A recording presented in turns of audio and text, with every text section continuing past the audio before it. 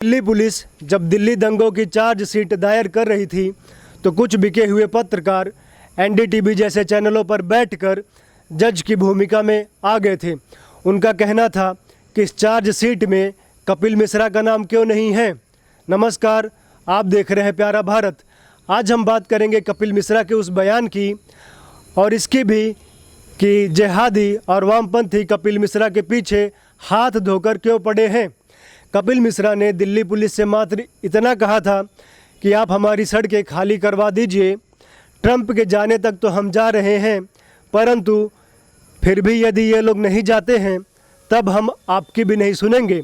इसका अर्थ मात्र केवल इतना था कि यदि वह दंगाई व जिहादी जो सड़कें जाम करके बैठे हैं, यदि आप उनको सड़कें खाली करने के लिए नहीं बोल सकते हैं तो आप हमसे भी अपेक्षा मत कीजिए कि हम आपकी सुने। यदि वह आपकी नहीं सुनेंगे तो हम आपकी क्यों सुने, हम ही हर बार बलिदान क्यों दें, हम ही क्यों झुकें।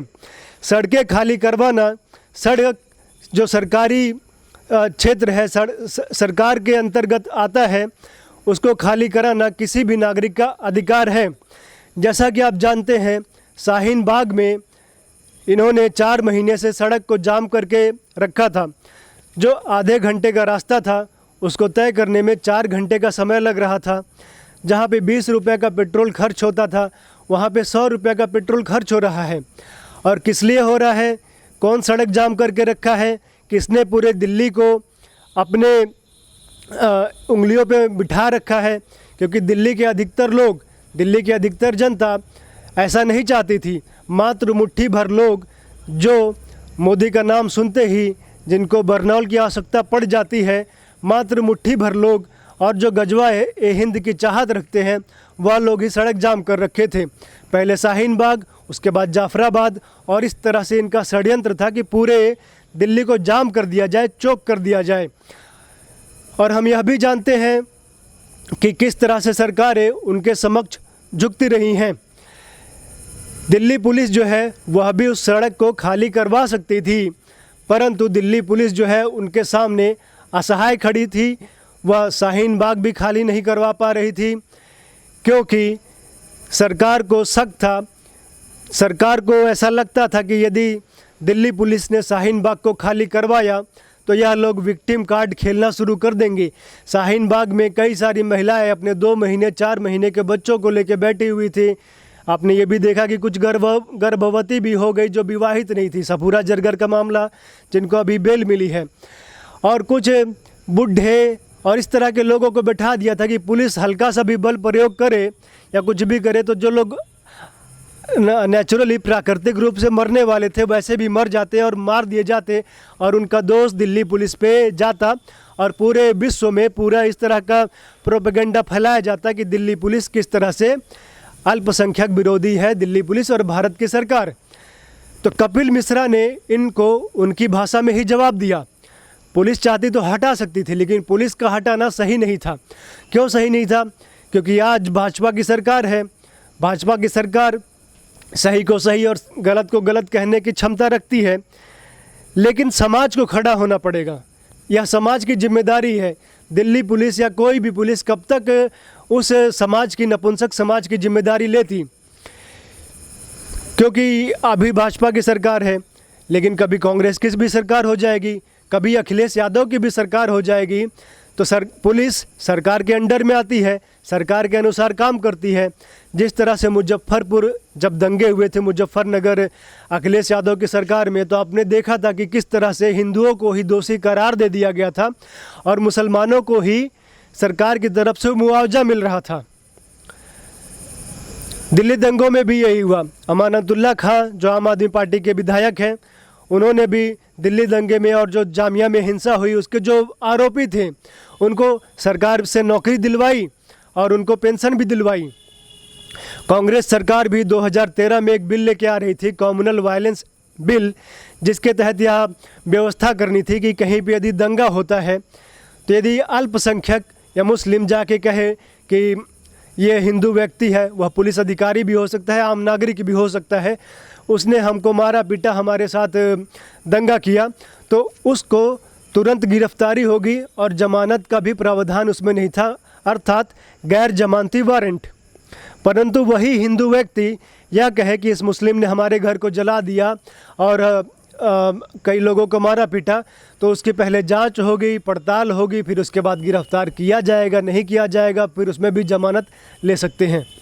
तो इस तरह की व्यवस्था, जैसे SC/ST एक्ट है, तो उसी तरह का 2013 में कांग्रेस कम्युनल वायलेंस एक्ट लेके आ रही थी, बिल लेके आ रही थी। तो समझिए कि सरकारें बदल जाएं तो पुलिस का रोल भी बदल जाएगा। तो इसलिए समाज को जागना आवश्यक है, समाज को जिम्मेदारी लेनी पड़ेगी। और ऐसा पहली बार नहीं हुआ था कि मुसलमानों ने हिंसा के बल पे, दंगा के बल पे सरकार को झुकाते आए हैं। भारत का विभाजन भी दंगे के आधार पे हुआ था। डायरेक्ट एक्शन डे, खिलाफत मूवमेंट, जो डायरेक्ट एक्शन डे इन्होंने चलाया था, तो भारत सरकार को विवश होकर पाकिस्तान देना पड़ा था। और ये यहाँ भी चाहते थे कि सरकार को विवश करें। ठीक है, विरोध करना आपका अधिकार है, विरोध कीजिए, लेकिन उसके लिए किसी पार्क को चुनिए, किसी ऐसे स्थान को चुनिए कि जिससे जनता को समस्या ना हो। आप बीच सड़क जाम कर दे रहे हैं, आप बसें जला दे रहे हैं, आप रेलगाड़ियां फूंक दे रहे हैं, आप घरों को जला दे रहे हैं। यह विरोध करने का तरीका गलत है और कपिल मिश्रा ने इसका विरोध किया, इसके विरुद्ध समाज को खड़ा किया। कपिल मिश्रा की इसमें कोई भी गलती नहीं थी। अब जो जिहादी है, जो वामपंथी जो हिंदू अपनी पहचान से घृणा करते हैं, अपने हिंदू होने से घृणा करते हैं, उनको यह बात नहीं पचने वाली है। यह लोहे से भी अधिक कठिन है उसको पचा पाना। आपने देखा कि कैसे सफूरा जरगर को जमानत मिल गई इस आधार पे कि वह गर्भवती है। तो क्या यह बताइए, गर्भवती होना कोई बीमारी है क्या? एक तरफ तो यह कहते हैं कि सबरीमाला में हम पीरियड्स आ रहे हैं तब भी जाएंगे, महिलाओं को जाने दिया जाए।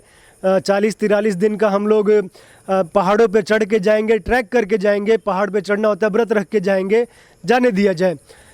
और दूसरी तरफ यह कहते हैं कि गर्भवती है तो उसको बेल दे दी जाए, जमानत दे दी जाए। क्या जेल में उचित प्रबंध नहीं होता है? जेल में क्या सब तरह की स्वास्थ्य सुविधाएं जेल में होती हैं, समय पे भोजन मिलता है, सारा ध्यान जेल में रखा जाता है। लेकिन फिर भी इन्होंने सरकार पे दबाव बनाया और सरकार को, दिल्ली पुलिस को, न्यायालय को, क्योंकि सब भी तो समाज से ही जाते हैं, उनके ऊपर भी दबाव बना। हमको आपको भी लगने लगा कि गर्भवती, तो दया भाव आ गई थी थोड़ा सा मन में और उसको जमानत मिल गई। क्योंकि इकोसिस्टम जो है इनका ही है। सरकार भले किसी की भी हो, NDA की भी हो, इकोसिस्टम जो है, लोग जो बैठे हैं वो लेफ्ट लिबरल ही हैं, जिहादियों का है, अभी भी चलता है। आपने देखा कि कैसे प्रज्ञा ठाकुर को 10 साल तक, 13 साल तक जेल में रखे रहा गया, उनको मार मार के उनके पैर तोड़ दिए गए, कई तरह की उनको बीमारियां हो गई, लेकिन कोई भी उनकी आवाज़ को उठाने वाला नहीं था। आज भी उनको आतंकवादी बोला जाता है, जबकि पुलिस, जांच एजेंसियां एक भी चार्जशीट दायर उनके विरुद्ध नहीं कर पाई, क्योंकि उनका इकोसिस्टम बना हुआ है। और ये इकोसिस्टम जो है इनका तोड़ने का प्रयास हो रहा है। आप देखिए, एक नैरेटिव बन रहा है पूरे भारत में, किस तरह से पत्रकारों को गिरफ्तार किया जा रहा है।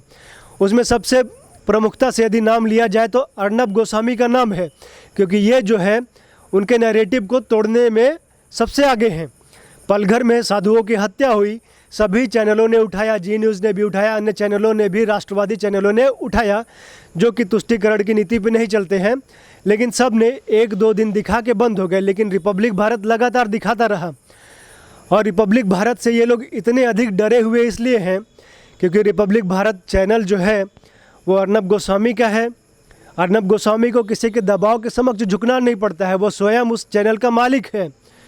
जैसे जी न्यूज़ है तो सुधीर चौधरी उसके मालिक नहीं है, रोहित सरदाना आज तक के मालिक नहीं है, उनको आज तक के मालिक के अनुसार चलना पड़ेगा। वो कहेंगे ऐसे चलो तो वैसे चलेंगे, वैसे चलो तो वैसे चलेंगे। जैसे राहुल कंवल को आपने देखा कि किस तरह से पाला बदलते हैं, कभी जामिया वालों की तरफ हो जाते हैं, कभी इधर हो जाते हैं, तो वो अकॉर्डिंगली मैनेज करते हैं। अमीश देवगन आपने देखा कि चिश्ती, ख्वाजा मोइनुद्दीन चिश्ती के विरुद्ध उन्होंने कुछ कह दिया था, ट्विटर पे लगातार चल गया, लोग इसके विरुद्ध में खड़े हो गए, उनको माफ़ी मांगनी पड़ी कि चिश्ती मैं भी जाके अजमेर शरीफ पे चादर चढ़ाता हूँ, ऐसा उनको बोलना पड़ गया। तो ये इकोसिस्टम का कमाल है, क्योंकि हिंदू जो है, हिंदू समाज खड़ा नहीं होता है अपने सही लोगों के पीछे खड़ा नहीं होता और उनके लोग खड़े हो जाते हैं। तो अर्नब गोस्वामी से इन लोग जीत नहीं सकते हैं। अर्नब गोस्वामी से इनको लगता है कि तर्कों से नहीं जीत सकते, क्योंकि वह निडर है, फियरलेस है और उसका अपना चैनल है। तो यह उसको 12-12 घंटे पूछताछ के लिए बुलाते हैं, क्योंकि उन्होंने साधुओं का मुद्दा उठा दिया। फिर उसके बाद दोबारा फिर बुलाते हैं और ऐसे जगह पे बुलाते हैं जहाँ पे कोरोना से संक्रमित कई लोग हैं। उसके बगल में बिल्डिंग है, कोरोना संक्रमित है, तो उसको तोड़ना चाहते हैं। और कपिल मिश्रा जो है उसने भी इस इकोसिस्टम को तोड़ने का प्रयास किया है और समाज को इसने कपिल मिश्रा ने खड़ा कर दिया है।